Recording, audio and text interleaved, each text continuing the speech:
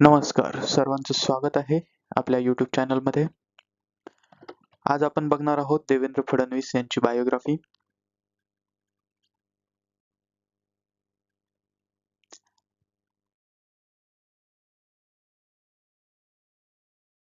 देवेंद्र गंगाधरराव फडणवीस, महाराष्ट्राचे मुख्यमंत्री, भारतीय जनता पक्षाचे वरिष्ठ नेते.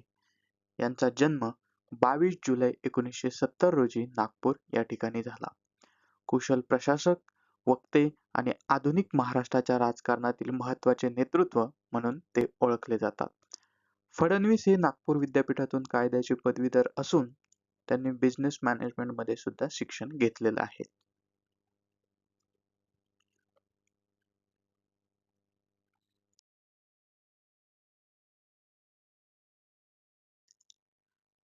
लहान वयातच राजकारणात सक्रिय झालेले देवेंद्र फडणवीस यांना वडिलांचा राजकीय वारसा लाभला होता. ते विद्यार्थी दशेत असतानाच अखिल भारतीय विद्यार्थी परिषद अर्थात ABVP चे कार्यकर्ते झाले. त्यांचे राजकीय प्रशिक्षण आणि नेतृत्व गुण लवकरच पक्षात दिसून आले आणि त्यामुळे पुढे जाऊन विधान परिषद व विधानसभा अशा दोन्ही सभागृहांचं त्यांनी प्रतिनिधित्व केलं.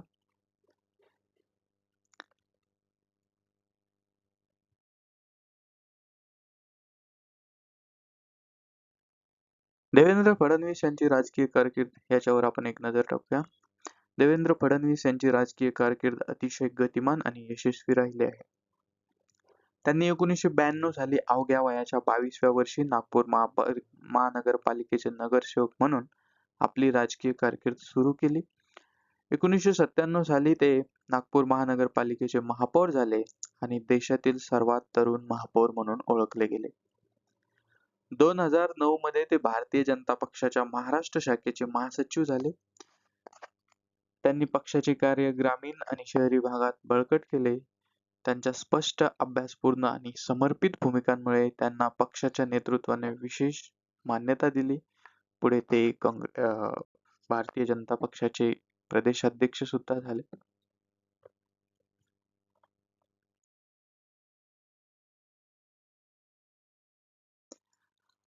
आणि 2014च्या महाराष्ट्र विधानसभा निवडणुकीत भारतीय जनता पक्षाला मोठा विजय मिळाला. त्यावेळी देवेंद्र फडणवीस यांची मुख्यमंत्रीपदी निवड करण्यात आली.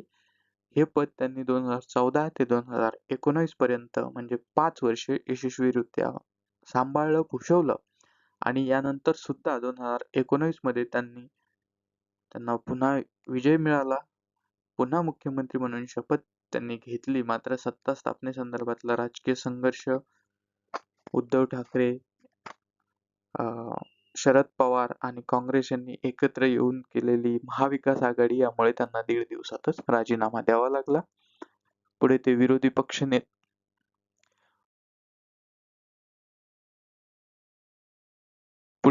पक्षनेता म्हणूनही त्यांनी काम केलं.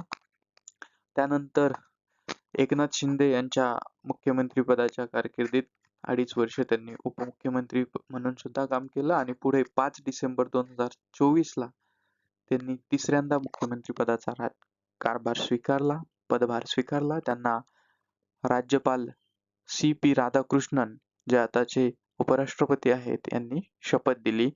त्यासोबतच एकनाथ शिंदे व अजित पवार यांना उपमुख्यमंत्री पदाची शपथ देण्यात आली. तर ही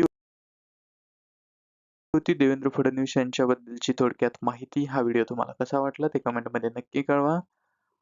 अशाच नवनवीन व्हिडिओसाठी आपल्या चॅनलला सबस्क्राईब करा. Thank you so much.